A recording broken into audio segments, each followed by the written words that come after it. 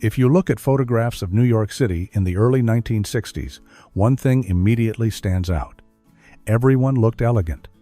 Men walked down Fifth Avenue in perfectly tailored suits. Women carried themselves with a grace that seemed almost effortless.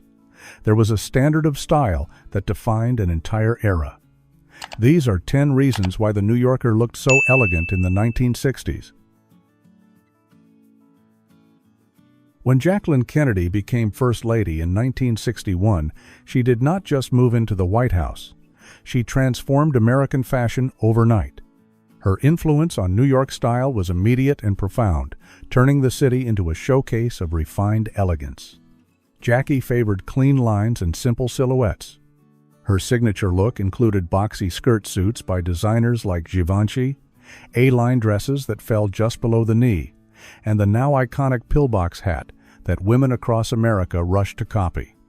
She paired these outfits with white gloves, pearl necklaces, and oversized sunglasses that became symbols of sophistication. New York women studied her every appearance.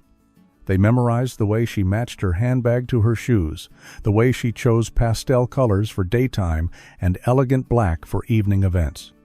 Department stores could not keep Jackie-inspired clothing in stock. For the first time in decades, an American woman had become the fashion authority, and New York City was her runway. The advertising executives of Madison Avenue were not just selling products in the 1960s. They were selling an image of success, and that image started with their own appearance. Walking into any agency on the Avenue meant entering a world where how you looked determined how far you would go. Men wore impeccably tailored two-button suits with narrow lapels in charcoal, navy, or gray. Their shirts were always crisp white with starched collars. Ties were slim and silk. Pocket squares were folded precisely. Every detail mattered because every detail communicated competence, ambition, and belonging. This was not vanity. This was survival. A wrinkled suit or a scuffed shoe could cost you a promotion. The three-martini lunch happened at restaurants where the maitre d' would provide a tie to any man who arrived without one. Madison Avenue created a culture where elegance was not optional. It was mandatory. The great department stores of New York did not just sell clothing in the 1960s. They educated women in the art of dressing well. Walking into Saks Fifth Avenue, Bergdorf Goodman, or Bonwit Teller, was like entering a finishing school where every purchase came with lessons in taste.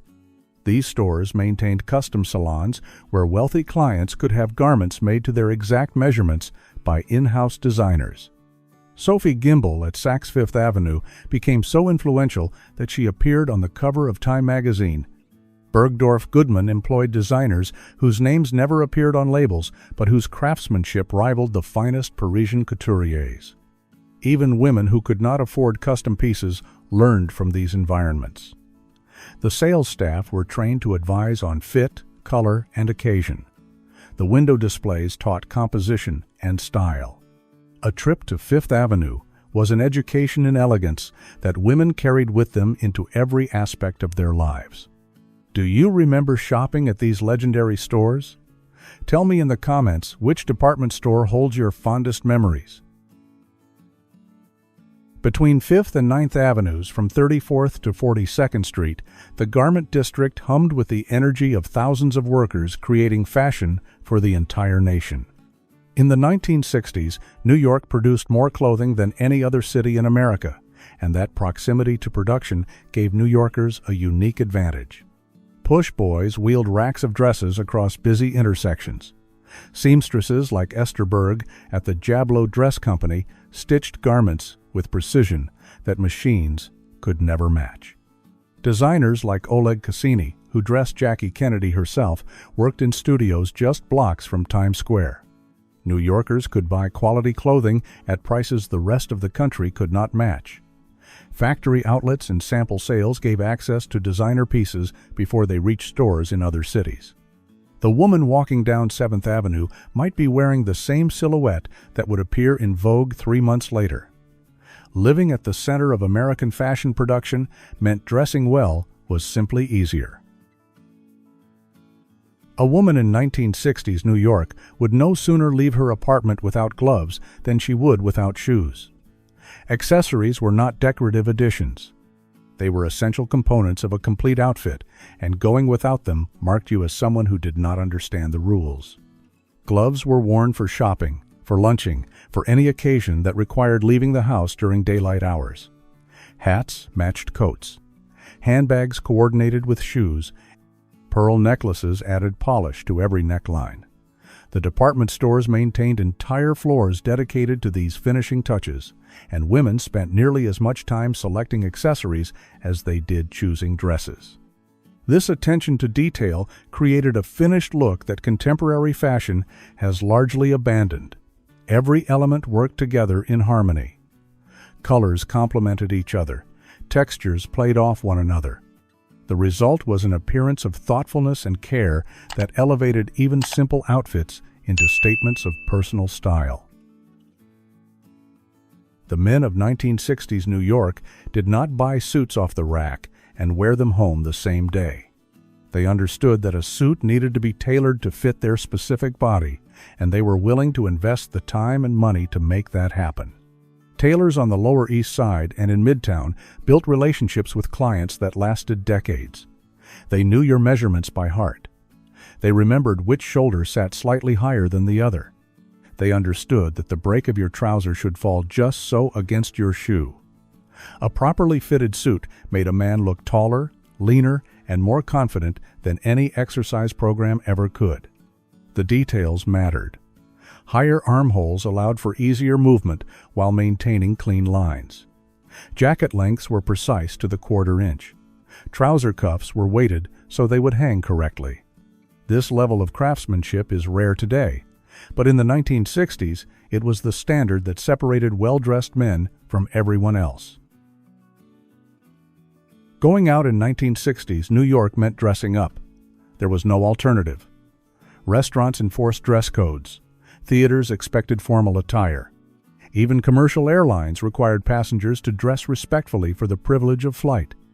At the famous 21 Club, the maitre d' kept a collection of garish ties specifically to embarrass men who arrived without neckwear. The message was clear: either dress appropriately or face public humiliation. Fine restaurants throughout Manhattan maintained similar standards, and patrons understood that dining out was an occasion that demanded their best appearance. This extended to theaters, opera houses, and concert halls. A night on Broadway meant suits for men and cocktail dresses for women. The audience was part of the spectacle, and everyone played their role.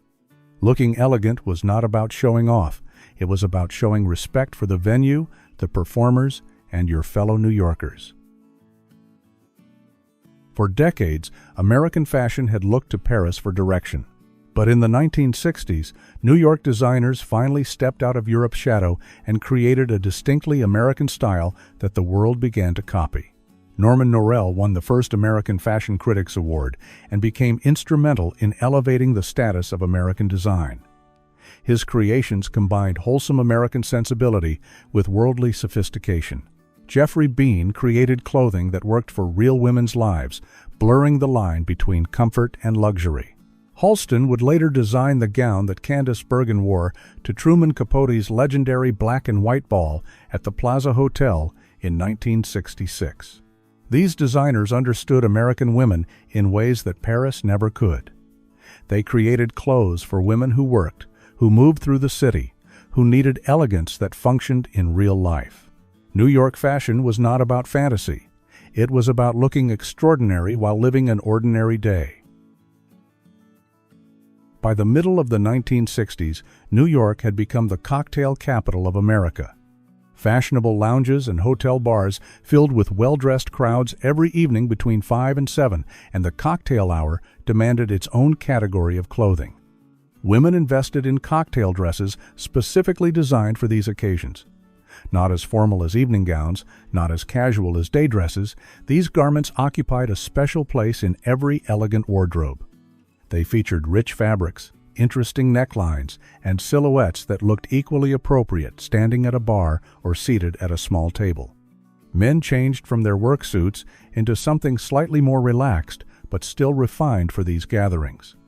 The cocktail hour was a transition between the workday and the evening, and it required attire that honored both.